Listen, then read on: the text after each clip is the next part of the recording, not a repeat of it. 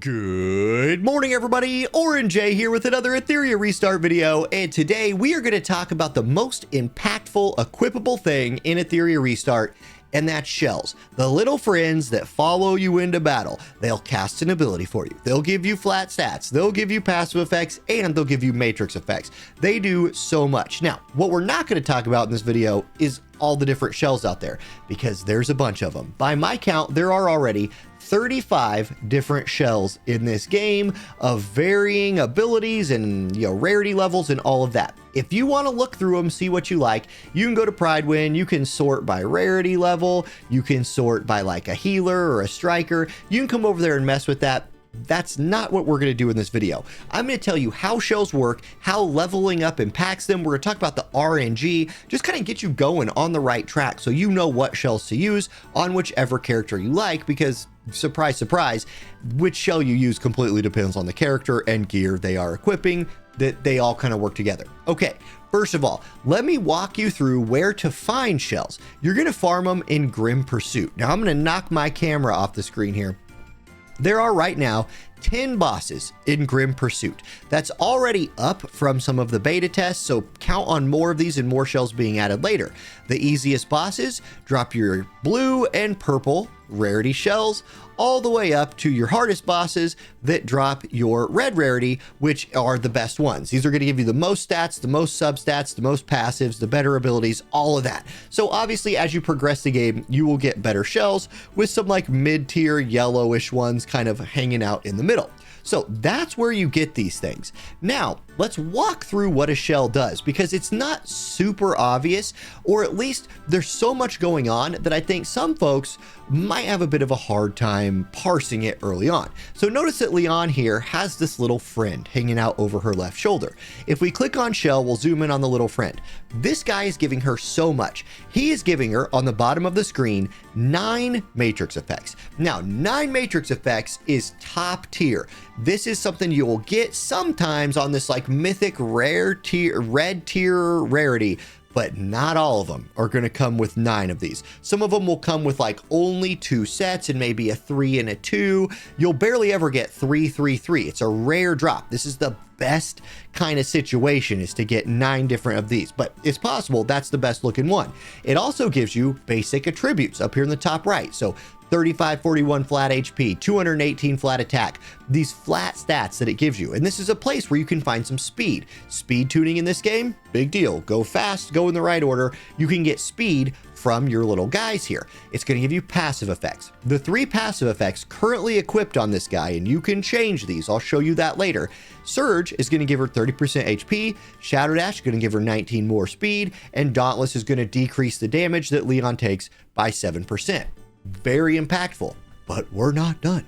He also has an ability. So his skill for Alicorn here is before the owner takes action, if the owner has any debuffs, dispel 2 of the debuffs and increase their effect resist by 25% for every 1 debuff dispelled. That lasts for 2 turns. This thing's on a 4-turn cooldown. Like I said, when it comes to like the skills, there's already 35 different ones out there, and it's going to be situational. This one would obviously be good for a character that you want to be a little bit tankier and be cleansing some of those debuffs and giving you that effect resist, right? Okay, that's pretty obvious, but those are the 4 things that this little guy does. Now, as you change him up, like I'm going to swip up here to Doki Doki for a second, and we're going to look at some of these other ones. My account, this test account that I have, has all these like max rarity with 9 matrix effects on it. That's so not normal. Let me sort this by level and show you more like what you're going to walk into as the game starts. You're going to be walking in to kind of what you see on the left here, some blue rarity guys, and this blue rarity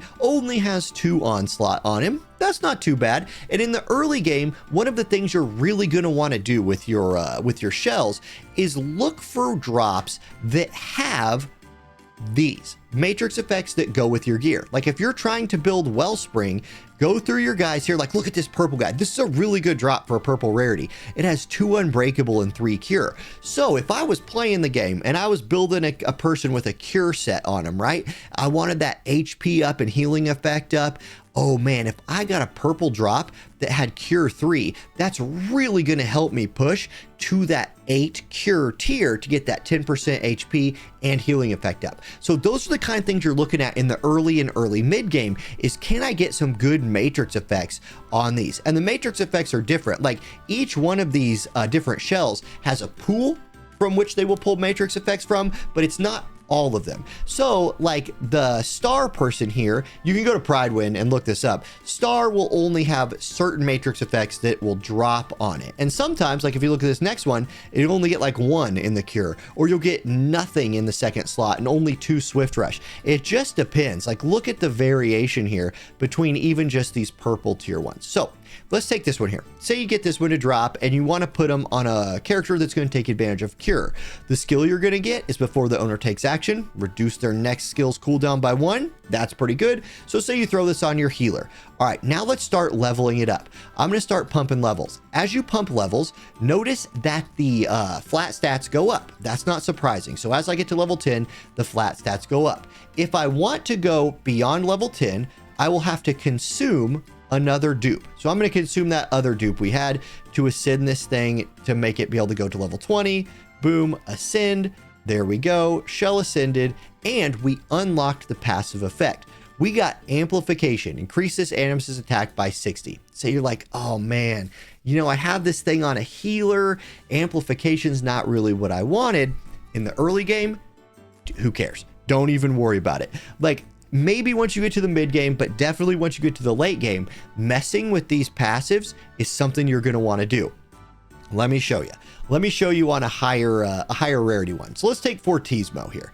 Fortismo, let's say you had a character that wanted Wellspring and Swift Rush. Maybe it's Tiamat, right? All right, cool, Tiamat. We got my Wellspring. This is a great set for Tiamat right here. Wellspring, Swift Rush, Coloss Guard. You're like, awesome. Okay, what else do I want on Tiamat? Man, this thing has a heal. That's cool. Surge. Do I want Surge? Oh yeah, I want Surge. HP up 26%. Shadow Dash. You better believe I want speed. Dauntless. Ooh, I do like damage taken down. But 7%, what could I have rolled there? Well, if you click this little exclamation mark, it'll show you what passives are available in the 3 slots. So like slot 3 with Dauntless, you can get anywhere from 2 to 8% damage reduction. We got 7. That's pretty close to 8. I'll keep that. Shadow Dash, 17 points. Well, with Shadow Dash, let's see. We could have gotten, oh, we're in slot 2. We could have gotten up to 20. And it's a red tier passive, 16 to 20. We got 17. So say you got greedy and you're like, I want to re-roll that and go for 20 because I really need more speed. Well, you can do that. You click the Empower button right here, click on Shadow Dash, and there's this Reconfigure button. It's going to consume training data, and it's going to consume reconfiguration chips, which again, things you can like farm and get in the game. And then you can hit Reconfigure. It's going to re-roll that passive. It re-rolled it into increase the animus's shield provided by 10. Shoot, that's kind of good. Let's see, 10%. It rolled red. Let's see, increase shield provided by 10. That's a max roll. Ooh, I'd be giving up that speed, but I could overwrite that, and now I have 10% stronger shields. So maybe if my Tiamat had enough speed that they didn't need that 17, that would be kind of a good find. Okay, Surge. Ooh, I do want most HP I could get. Right now, this is giving me 26%. It could get up to 30. You could get greedy and try to reconfigure that. But oh man, I rolled purple this time. Now I'm only getting a 13% boost. I don't want that. Rolling. Oh, we got to roll again. And there's just a roll again button. You can just click abandon, reconfigure. Abandon, reconfigure. And this is RNG heaven or hell. You can see it. You're just gonna roll until you get the thing that you want. Now, honestly, I wouldn't have re-rolled any of those if this was going for my Tiamat. None of them. I would have kept all 3 and been happy about it. But I just wanted to kind of show you what it looks like, and I've got so many of them on this account, it doesn't matter. Anyway, okay, so let me give you a little TLDR. If you've watched this for the 9 minutes, let me just sort of run you through how I would think about shells in the early game. As you're pushing through these stages, because you're going to just keep pushing through and unlocking content, you're going to get drops. And I'll show you some live drops. I completed a 5 run on one. Oh, Orange A from the future. Before I peace out, I said we'd look at some drops that happen live. So this was on some of the hardest fights in the game. We got 2 yellows and 3 reds. This red, 2 Wellspring, 2 Bloodbath. This red, 3 Unbreakable, 2 Bramble. This red, 3 Fury, 2 Kenai. So you can see none of those even dropped with full matrix effects on it. In fact, some of those yellow, like this yellow, dropped with the best matrix effects, but it won't scale as hard because it's yellow. So you have to farm these a lot to get those like really OP ones. Okay, back to the video. Or the hardest bosses earlier. As you do it, keep your eyes open for animuses that have an ability that you like with matrices that you're targeting. If you find one that kind of fills a sweet spot for your character, go to that character, go to shells, and equip that one. Let me sort by level again and kind of show you that one we were playing with earlier. It was really good. Like this Budo Panda here. Whichever one was it. The one we were messing with. This one. Like 3 Cure, 2 Unbreakable. Level this one up a little bit. Now, if you wanted to like reconfigure the passives on it, let's go reconfigure, amplification. This one, if you look at it, can only go up to purple tier. Right? It doesn't have that red tier. But say you're like, I don't know, I'm going to use this guy for a really long time. I'm going to go ahead and reconfigure. I don't want attack plus 80. Okay. It uses the purple level training data to reconfigure. So it's not like you're wasting your like ultimate in-game materials here.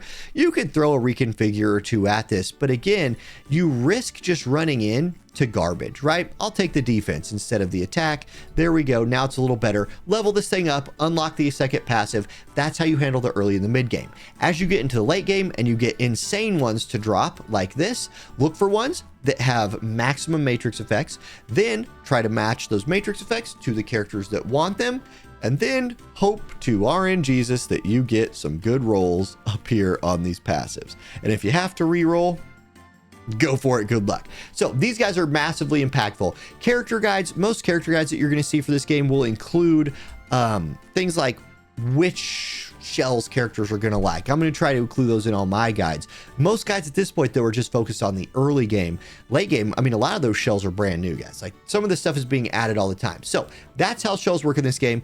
That's what they do. That's where you get them. That's how you level them up. And that's how you can kind of tweak them, even if you don't like the passives that they got. Okay, let me know if you have any other questions. I hope this video was useful, and I'll catch you all in the next one. Peace.